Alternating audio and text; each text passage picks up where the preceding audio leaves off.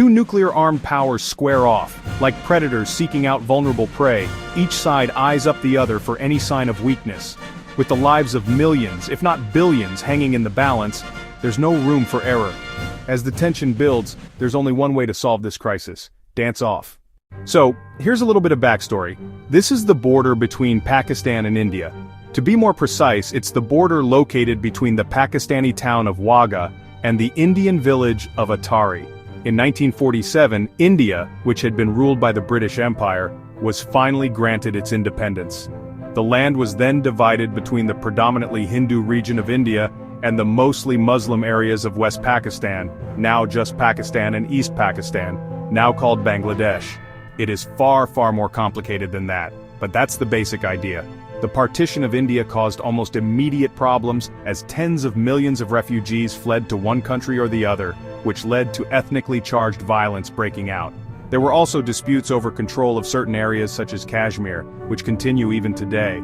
Since then, Pakistan and India have gone to war with each other on several occasions and have fought in countless border skirmishes.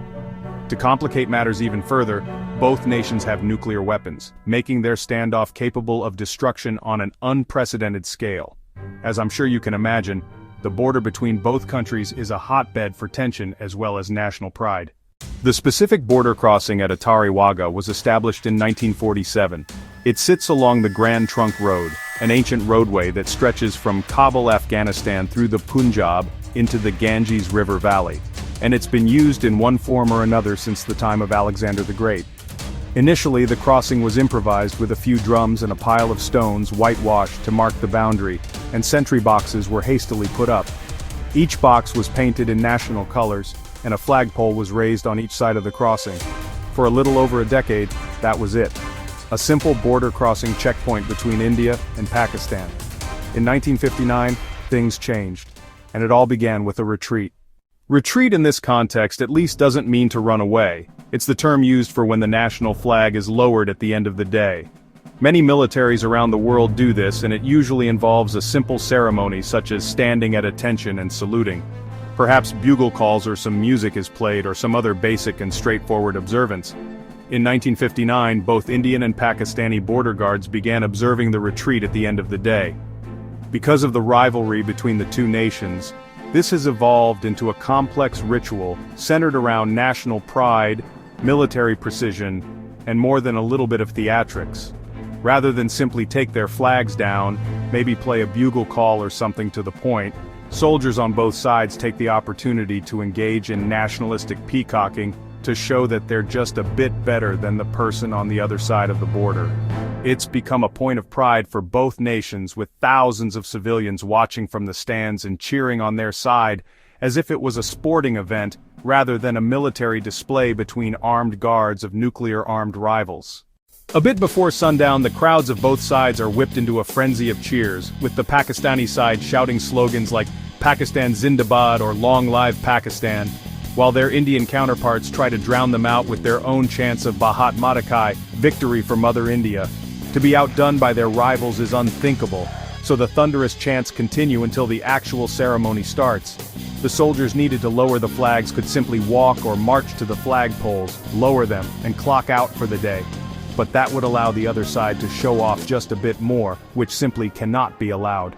Instead, Pakistani Rangers in black and their khaki-clad Indian Border Security Force members emerged from their barracks, their facial hair and mustaches waxed and flawlessly groomed, boots polished to a mirror shine, uniforms pressed to perfection and covered in medals, sashes, epaulettes, and most prominently brightly colored turbans with large fan-like crests on their heads.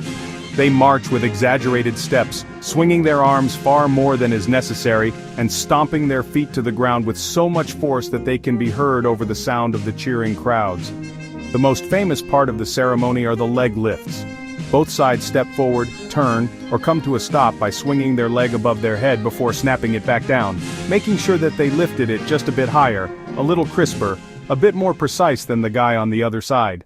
The high-stepping soldiers then open the gates at their respective flagpoles while one soldier on each side takes hold of the rope, preparing to lower the flag, of course, with highly stylized and exaggerated movements, while other soldiers stomp, turn, and gesture at their counterparts from the other country. at some points engaging in what can only be described as a pose-off, raising their hands into the air as if daring their rivals to do something. The flags are then lowered slowly and deliberately. Of course, neither side wants to have their flag go down first, so they eye one another with laser focus, as the green and white crescent and the green, white and orange spinning wheel inch closer to the ground. Once they're down, the flags are folded and stored until they're raised again the next day. 2 senior soldiers on each side then march to the gate that separates the nations, and exchange a handshake as a sign of peace and friendship. The men rarely look like they're interested in peace and friendship, and the gesture ends in the blink of an eye and both turn away stone-faced. The gate is then closed, and with this, the retreat abruptly ends. This is repeated each day at sunset. This is a basic explanation of what happens. The entire ritual can take up to 45 minutes with both sides marching, chanting, turning, posing, leg lifting, shouting, gesturing, playing bugle calls, strutting and peacocking to the cheers of enthusiastic onlookers. Michael Palin of Monty Python fame described it as, quote, chauvinism at its most camp. There are other ceremonies to mark retreat along the India-Pakistan border, but none are as famous or as over-the-top as the spectacle at Attari Wagah. Overall perception of this tradition is mixed. For those involved, it is a point of pride with each side eager to show off their prowess. Citizens from both countries treat the whole affair like a festival or a sporting event, and enthusiastically cheer on the participants. Each crisp step or gesture met with an audience reaction, as if a point was scored at a soccer game or cricket match. Many believe that the retreat ceremony is a harmless tradition, and that it's better for the 2 rival nations to have what amounts to a dance-off each evening rather than open fire on one another. Though many think the process is a bit of harmless fun, there are others who believe that the ritual contributes to intense nationalism, which is hard to deny based on the enthusiastic crowds that gather every time. They believe that the ceremony only reinforces division between the 2 countries, which only deepens the rivalry and makes peace even more difficult to achieve. Even the participants think things may have gone a bit too far. In 2010, it was agreed by both sides that some of the more aggressive gestures, like clenching the fist with a raised thumb, will be removed. While things are generally peaceful, that's not always the case. In 2014, a suicide bomber struck the checkpoint shortly after the ceremony ended, killing 60 and wounding 110 on the Pakistani side. There were no reported casualties on the Indian side. In May of 2025, the border crossing ceremony ended due to heightened tensions between Pakistan and India after a terrorist attack in India, which resulted in an Indian military reprisals. It restarted, but on a much more subdued scale. The geopolitical situation far too tense for the carnival-like atmosphere that normally happens. Even with these events, there's no doubt that the world's most flamboyant and over-the-top border crossing ceremony will continue as long as India and Pakistan share a boundary.